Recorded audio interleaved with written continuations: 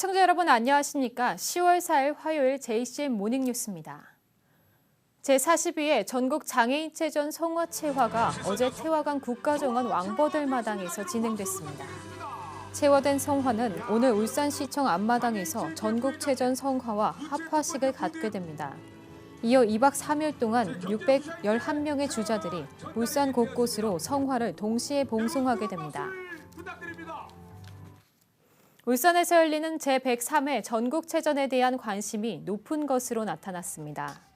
울산시는 오는 7일 울산 종합운동장에서 열리는 전국체전 개회식 입장권이 모두 배부됐다며 자녀 입장권이 없는 만큼 현장 배부는 진행하지 않는다고 밝혔습니다. 개회식은 오후 5시부터 진행되며 입장권을 소지한 관람객은 오후 4시 30분까지 정해진 좌석에 착석해야 합니다. 오는 13일에 열리는 폐회식은 별도의 입장권 없이 오후 4시부터 선착순으로 입장할 수 있습니다. 울산이 수도권과 비수도권 5대 광역시 가운데 전세가율이 가장 높은 지역인 것으로 나타났습니다. 국민의힘 서범수 국회의원이 국토교통부로부터 받은 자료에 따르면 울산의 최근 1년간 전세가율은 79.6%로 서울, 인천, 경기 등 수도권과 부산, 대구, 광주, 대전 등 비수도권 광역시 가운데 가장 높았습니다. 5개 구군 중에서는 울주군이 85.4%로 가장 높았고 동구 83.4%, 북구 81.3%, 중구와 남구 순을 보였습니다.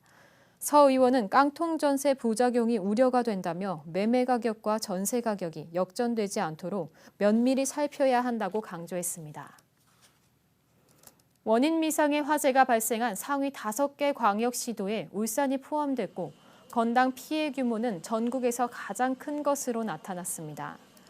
더불어민주당 임호선 국회의원이 소방청으로부터 받은 자료에 따르면 울산은 올해 8월까지 53건의 원인 미상 화재가 발생해 경북과 경남, 경기와 충북 등과 함께 상위 5개 시도에 포함됐습니다.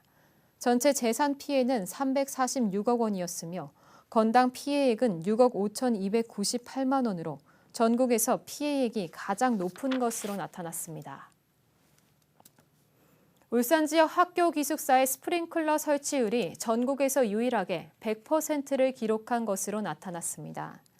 더불어민주당 민형배 국회의원이 교육부로부터 제출받은 자료에 따르면 울산은 학교 기숙사 10곳에 스프링클러 설치를 완료해 전국에서 유일하게 설치율 100%를 기록했습니다. 전국 학교 기숙사 건물의 스프링클러 설치율은 21.1%로 나타났습니다. 2022 울산 옹기축제가 제대로 열렸습니다. 3년 만에 대면 행사로 열리면서 나흘간 밤낮을 가리지 않고 많은 관람객이 몰렸습니다. 볼거리, 즐길거리도 많았던 2022 울산 옹기축제 현장을 김용환 기자가 다녀왔습니다. 불도깨비 퍼포먼스 점화식과 함께 시작된 2022 울산 옹기축제. 300대의 드론이 밤하늘을 수놓는 아트쇼와 불꽃놀이가 성대한 축제의 시작을 알렸습니다. 코로나19 이후 3년 만에 대면으로 열리면서 나흘간 외고산 옹기마을은 관람객들로 북새통을 이뤘습니다. 물레 위에서 돌아가는 흙을 직접 빚어 나만의 옹기를 만듭니다. 옹기도 만들고 그다음에 그림도 막 그리고 해서 재밌었어요. 다음에 또 오고 싶어요. 흙을 만지고 던지면서 놀 수 있는 흙 놀이터와 옹기축제 사생대회 등 다채로운 체험 행사도 마련됐습니다. 장인들의 전통 옹기 제작 과정을 직접 볼 수 있고 폐옹기 공장의 기계식 가마 등을 관람할 수 있는 전시도 진행됐습니다. 왜 이제 왔나 할 정도로 즐길 것도 많고 아이들도 즐거워하는 부분도 많이 있고 그리고 먹거리부터 시작해서 울산 시민들이 와서 이제 교회나 즐겁게 즐길 수 있는 잘 되어 있는 것 같아요. 특히 올해는 주민들이 직접 축제 콘텐츠를 기획하고 운영하는 프로그램이 마련되면서 축제의 의미를 더했습니다. 지역의 소상공인들이 참여하는 플리마켓과 마을 주민들이 운영하는 먹거리 장터 등도 큰 인기를 얻었습니다. 나흘간 열린 옹기축제에는 전국에서 온오프라인을 합쳐 42만여 명의 관람객이 다녀갔습니다. 많은 분들이 참석해 주셔서 옹기축제가 대승항으로 끝을 맞이하고 있습니다. 우리 옹기축제가 울산의 대표 축제로 발돋움할 수 있도록 정말 열심히 최선을 다하도록 하겠습니다. 울주군과 울주문화재단은 옹기축제의 특수성을 살려 울산의 대표 축제로 발전시키겠다는 방침입니다. JCN 뉴스 김용환입니다. 청소년들의 다양한 끼와 재능 발휘를 위한 K-팝 커버 댄스 익스트림 배틀 대회가 지난 1일 울주군 금화드림 스퀘어에서 열렸습니다. 이번 대회는 지역 향토기업 금화건설이 주관하고 지역 문화단체들이 기획한 행사입니다. 걸그룹 팀A의 축하 공연을 시작으로 레드와 영파이브 등 11개 댄스 동아리들의 댄스 배틀이 진행됐습니다. 정양관 금화건설 회장은 K-팝 커버 댄스 대회를 통해 청소년들이 가지고 있는 재능을 펼칠 수 있는 기회가 되길 희망한다고 밝혔습니다. K-팝 커버 댄스 익스트림 배틀은 매월 1회 진행될 예정입니다. 2022 울주 오디세이가 어제 신불산 간월제에서 열렸습니다. 하늘 억새바람을 만나다를 주제로 열린 오디세이에는 최백호와 강허달림, 악단 광철과 조민웅 등 인기 가수들의 공연이 펼쳐졌습니다.